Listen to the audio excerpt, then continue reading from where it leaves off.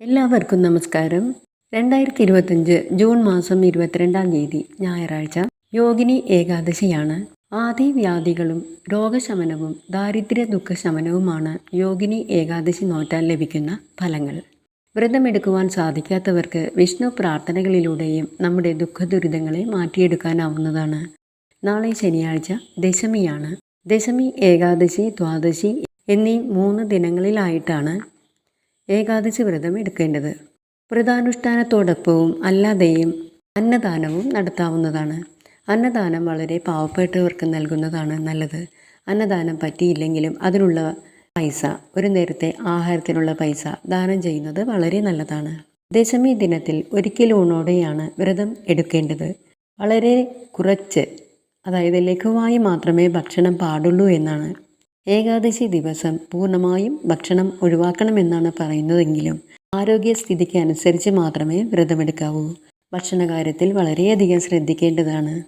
ആരോഗ്യം മോശമായിട്ടുള്ളവർ പാലോ പഴമോ കുറേശ്ശെ കഴിച്ച് വ്രതമെടുക്കാവുന്നതാണ്.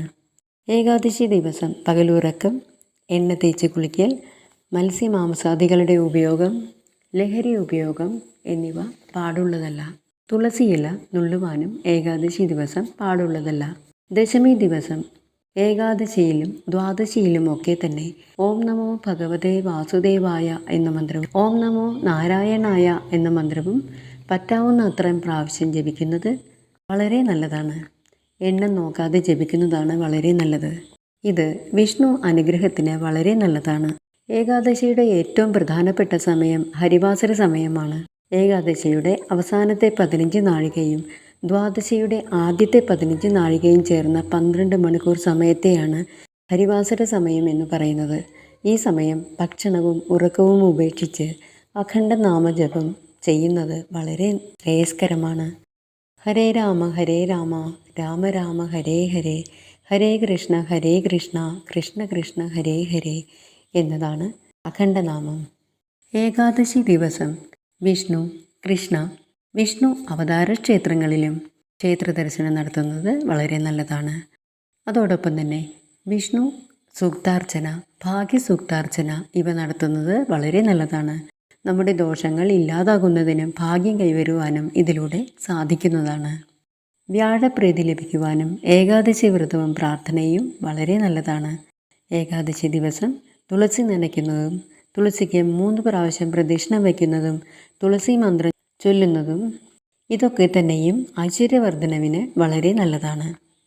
തുളസി മന്ത്രം ഇതാണ്: പ്രസീത തുളസീ ദേവി പ്രസീത ഹരിവല്ലഭേ ക്ഷീരോദമഥനോദ്ഭൂതേ തുളസീത്വം നമാമ്യഹം എന്നീ മന്ത്രം പറ്റുന്നതുപോലെ ജപിക്കുന്നത് വളരെ നല്ലതാണ്.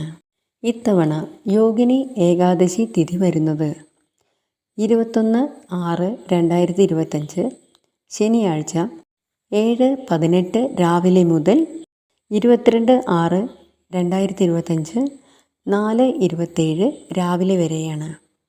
ഹരിവാസര സമയം വരുന്നത് 21/6/2025 11:09 രാത്രി മുതൽ 22/6/2025 9:42 രാവിലെ വരെയാണ്.